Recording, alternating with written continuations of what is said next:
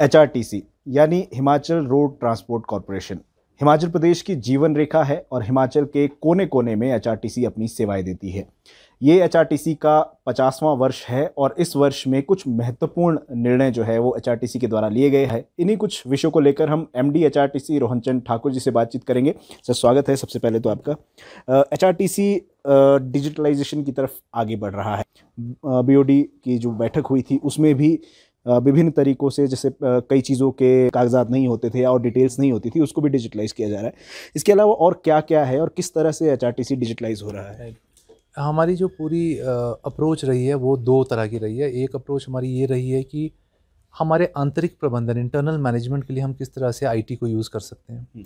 तो अब मैं एक उदाहरण इसका दे सकता हूँ। जैसे कि हमारी जो पहले वर्कशॉप्स थी, हमारे पास 3 डिविजनल वर्कशॉप्स हैं और साथ साथ में कोई 31 यूनिट वर्कशॉप्स हैं। तो उनका डेटा हमारे पास ईजिली अवेलेबल नहीं था। उदाहरण के तौर पर अगर किसी वर्कशॉप में कोई पुर्जा है और किसी में नहीं है, तो हमें ये हमारे पास ऑप्शन ही नहीं था कि हम ट्रांसफ़र कर पाएँ।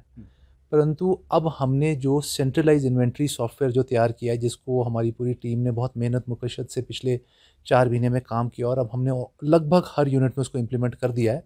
उससे हमारे को बेटर डेटा फ्लोज आ रहे हैं। हम अपनी इन्वेंट्री प्लानिंग कर पा रहे हैं। यदि किसी के पास एक्स्ट्रा पार्ट है तो वो हम ट्रांसफ़र कर पा रहे हैं, वरना हम पहले उसको लोकली ख़रीद लेते थे या इस तरह की डेटा शेयरिंग नहीं होती।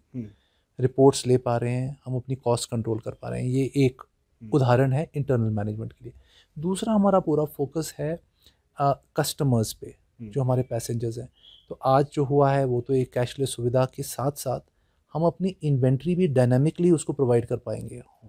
जो इन्वेंट्री हमारे इंटरनेट पे होगी और जो इन्वेंट्री हमारे कंडक्टर के यंत्र पे होगी, उसमें पूरा मेल होगा, जो अभी तक नहीं था। तीसरा उदाहरण है ऑनलाइन कॉलेज पासेस। आजकल जब कॉलेज का स्टार्ट होता है तो स्टूडेंट्स लंबी लंबी लाइनें लगाते हैं बस स्टैंड। हम समझते हैं वो आउटडेटेड है। हमें उन चीज़ों से 2 फ़ायदे हो रहे हैं। एक तो हम चाहेंगे कि कॉलेज पासेस ऑनलाइन बने, वो भी हमने पूरा उसका रूपरेखा तैयार कर दी और हम उसको लॉन्च कर देंगे ऑफिशियली। और साथ साथ में हमारा जो एक्स्ट्रा मैन पावर वहाँ पे लग रहा है, जो आइडियली बसों में होना चाहिए, वो इस तरह के कामों में लग रहा है। तो हमें अपना, जिसको बोलते हैं कि इस तरह से अपना मैन पावर कॉस्ट भी कम हो रही है और लोगों को ईजिली सुविधा भी प्राप्त हो रही है। तो मैंने आपको एक उदाहरण दे दिया। इसके बाद हम ये भी चाहते हैं, जो हमारा नेक्स्ट स्टेप है, हमारा नेक्स्ट विजन है, हमारी सारी पर्सनल डेटा, पर्सनल मतलब कौन आदमी कहाँ पे कितने समय से बैठा है, उसकी क्या पर्सनल रिकॉर्ड क्या है उसका, वो सब चीज़ें हम ऑनलाइन करना चाहते हैं। हम पूरा पेंशन सिस्टम ऑनलाइन करना चाहते हैं। हम सैलरी सिस्टम ऑनलाइन, ये जो भी चीज़ें हमारे आंतरिक प्रबंधन को सशक्त बना सकती हैं, उन सबको हम ऑनलाइन कर रहे हैं। NCMC कार्ड भी शुरू करने जा रहा है HRTC बहुत जल्द। NCMC कार्ड सबसे पहले तो ये बताएं कि क्या है, और दूसरा ये कि जैसे हरियाणा और दिल्ली के अंदर भी NCMC कार्ड चलाए जाते हैं, उससे किस तरह से अलग रहने वाला है हिमाचल का NCMC कार्ड? देखिए, NCMC कार्ड जो होता है वो इट्स अ कैश कार्ड, जिसको आप ट्रांसपोर्टेशन पर्पसेस के लिए यूज़ कर सकते हैं। और सबसे इम्पॉर्टेंट पार्ट है इंटरऑपरेबिलिटी। क्या ये कार्ड, एक कार्ड जो, तभी इसको नेशनल कहा जाता है, क्या कार्ड जो यहाँ पे, क्या आप इंडिया में उसको कहीं पर भी यूज़ कर सकते हैं। अल्टीमेट हमारा जो ऑब्जेक्टिव तो वो है। पर पहला कदम ये है कि हम NCMC कार्ड को अपने सिस्टम पे एक्सेप्टेबल बनाएं, और हम उस दिशा पे हम निकल गए हैं। NCMC कार्ड एक ओपन लूप कार्ड होता है, मतलब उसको आप अलग सिस्टम में यूज़ कर सकते हैं। एक तरह का वो कैश कार्ड है ना, फॉर ट्रांसपोर्टेशन पर्पसेस। तो हम ये चाहते हैं कि उस कार्ड के आने से, अगर सपोज अब से 5-10 साल बाद यहाँ पे एक रोपवे आ जाए, जिसकी हम बात करते हैं शिमला रोपवे, तो HRTC और रोपवे पे एक ही कार्ड काम करेगा। आप विदेश में कहीं पर भी जाइए, बड़े बड़े जो पश्चिमी देश हैं, विकसित देश हैं, वहाँ पर क्या होता है, उनके बस system, tram system, train system, metro system में सेम कार्ड, और वही हमको भी उसी दिशा में जाना है, बिकॉज हमने कस्टमर के लिए आसानी करनी है और जटिलता नहीं लानी है सिस्टम में। तो हम उस तरह, ये हमारा पहला कदम है। स्क्रैबिंग और पासिंग को लेकर MD को निर्देश दिए गए थे कि वो एक कमेटी गठित करेंगे। ये कमेटी कहाँ तक पहुंची है और ये कमेटी मुख्य तौर पर कार्य क्या करेगी, किस तरह से आगे काम करेगी? ये आप बात कर रहे हैं बसेस की स्क्रैपिंग की? जी, भारत सरकार की एक रेगुलेशन आई है जिसमें बहुत स्पष्ट कर दिया है कि जो भी बस 15 साल का जिसकी आरसी 15 साल पुरानी है वो ऑटोमेटिकली स्क्रैप्ड है। ऑटोमेटिकली स्क्रैप्ड मतलब वो आप उसको नहीं चला सकते, उसको चलाना अवैध है। तो हमने इसमें काफ़ी प्रोग्रेस दिया, बल्कि मैं आपको ये बताना चाहूँगा पूरे हिमाचल प्रदेश में HRTC एक ऐसी संस्था है जिसने चरणबद्ध तरीके से मेरे हिसाब से मोर देन 120 बसेस को हमने स्क्रैप किया है। लगभग हमको 5 करोड़ की इनकम आई है इसमें इस साल। तो मुझे नहीं लगता किसी भी संस्था ने उस तरह से स्क्रैपिंग पॉलिसी को का लागू किया है जिस तरह से हमने किया है। नई बसेस लेने की भी बात कही गई थी। इसमें लगभग 327 बसों का इस साल कर था और आने वाले 4 सालों में 1900 बसों को लेने की बात कही गई थी। कहाँ तक ये पहुँचा है और इसमें इलेक्ट्रिक बसेस और उसके साथ ही वॉल्वो की भी बात की गई थी, वो कितनी रहेगी? अभी जो निर्णय लिया गया है बोर्ड के लेवल पे, सरकार के लेवल पे, कि हम इलेक्ट्रिक बसेस ही लेंगे। और इलेक्ट्रिक बसेस 2-3 तरह की होती हैं, टाइप 1, टाइप 2, टाइप 3। पहले चरण में हम टाइप 1 और टाइप 3 बसें लेंगे क्योंकि ये अभी मार्केट में आसानी से उपलब्ध हैं। तो 297 बसेस हैं जो टाइप 1 बसेस हैं और 30 buses are Volvo electric buses.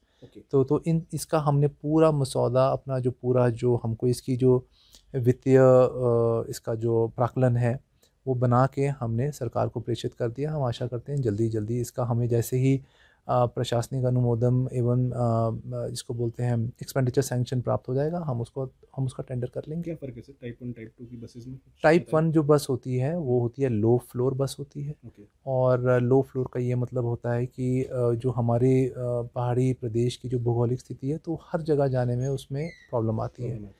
जो टाइप 1 बस होते जो टाइप 2 बस जो हमारे मापदंड है टाइप 2 बस के, उसमें उसकी सस्पेंशन थोड़ी हाई होती है और पहिए जो होते हैं थोड़ा और आगे की तरफ होते हैं, so that angle of approach and departure थोड़ा ज़्यादा होता है। जिस तरह से हमारी एक HRTC की बस अभी जैसे होती है ना, इसके पहिए थोड़े आगे होते हैं, वो डिफरेंस है डिज़ाइन में। It's a design difference.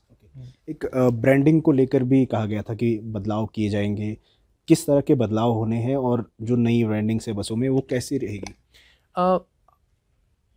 सबसे पहली बात, जो हमारी 50वीं वर्षगांठ जो हो रही है इस साल, उसके तब हमने अब अधिकतम हमारे सारे ब्रांड्स में हमने अपने 50 ईयर का लोगो डाला हुआ है। आप देखेंगे ये हमारी एक पहल है इस वर्ष। और जो प्रथम दर्शन सेवा जो हमने 175 और आज 176 रूट्स हो गए हैं इसके रिलीजियस रूट्स में, उसमें अगर आप उन बसेस की ब्रांडिंग देखोगे तो आगे और पीछे हमने यूनिक बोर्ड्स लगाए हुए हैं जिसमें हम मैक्सिमम इसकी इन्फॉर्मेशन दे रहे हैं। साथ साथ में हम ब्रांडिंग के तौर पे हम अपनी मेमोरेबिलिया निकाल रहे हैं। हम अपनी बुकलेट, अपनी प्रथम दर्शन सेवा की बुकलेट, नोटबुक, की रिंग, हम एक तरह से इस पूरे वर्षगांठ को और हमने ये भी प्लान किया, हम एक डॉक्यूमेंट्री भी निकाल रहे हैं और हम एक कॉफ़ी टेबल बुक पे भी काम कर रहे हैं। तो ये जब सारी चीज़ें का जो आपका परिणाम आपको बहुत जल्द दिखेगा और तब आपको पता चलेगा किस तरह से हम इस ब्रांड को बिल्डअप कर रहे हैं। आखिरी सवाल लेना चाहूँगा। कई मंचों पर, चाहे वो कर्मचारी है, और कई बार ये मांग उठती है कि जो कॉरपोरेशन है HRTC है उसको रोडवेज़ में बदल दिया जाए या अपग्रेड कर दिया जाए। आपसे ये हम जानना चाहेंगे कि अगर HRTC को यानी कॉरपोरेशन को रोडवेज़ में तब्दील किया जाता है उसके क्या क्या लाभ हो सकते हैं? सबसे पहली बात इसके ये जो बहुत ही आपने एक संवेदनशील सवाल पूछा है, इसमें ये मेरे जो कॉम्पिटेंसी से बाहर है। ये पूरा बड़ी हाई लेवल सरकार का डिसीजन है। तो इस पे मैं ज़्यादा टिप्पणी नहीं कर सकता कि इसको बनना चाहिए नहीं बनना चाहिए। वो लाभ क्या होंगे? लाभ एक ऑपरेशनल पॉइंट ऑफ व्यू से देखा जाए तो चीज़ें ज़्यादा बदलती नहीं है। तो एंड में हम करते क्या, हम बसें चलाते हैं, बसों से आय आती है और हमें खर्चा करना है। तो इट्स इनकम एंड एक्सपेंडिचर जो है वो तो basic nature of a job doesn't change. और सरकार से हमें काफ़ी वित्तीय समर्थन मिलता है, बहुत मिलता है, और इसको हमें रिकग्नाइज करना चाहिए। और इन रिटर्न HRTC भी आम आदमी के लिए और सरकार के लिए बहुत सर्विसेज प्रोवाइड करती है। तो गिव एंड टेक रिलेशनशिप है और बहुत अब का नहीं है, 50 साल पुराना है। तो मुझे नहीं लगता कि इसका कुछ अगर फ़ायदा होगा तो यस, कुछ लोगों को ज़रूर फ़ायदा हो सकता है। बट मैं चाहूँगा कि ये मेरे लिए एक इम्पॉर्टेंट क्वेश्चन नहीं है एज MD। इम्पॉर्टेंट क्वेश्चन है कि हम अपने ऑपरेशंस कैसे इंप्रूव कर सकते हैं, हम अपने खर्चे कैसे कम कर सकते हैं, हम अपने ब्रांड को कैसे बिल्ड कर सकते हैं, हम कॉमन मैन को HRTC के माध्यम से कैसे एक मॉडर्न एक्सपीरियंस दे सकते हैं। ये हमारा ध्यान यहाँ पे होना चाहिए। ये बाकी चीज़ें जो हैं ये दे आर लार्जर क्वेश्चंस और इस पर मैं नहीं समझता कि मैं टिप्पणी कर सकूँगा। बहुत बहुत धन्यवाद। Thank you.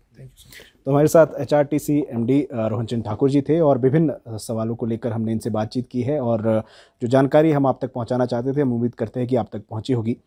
Pankaj सिंगटा, local 18, Shimla.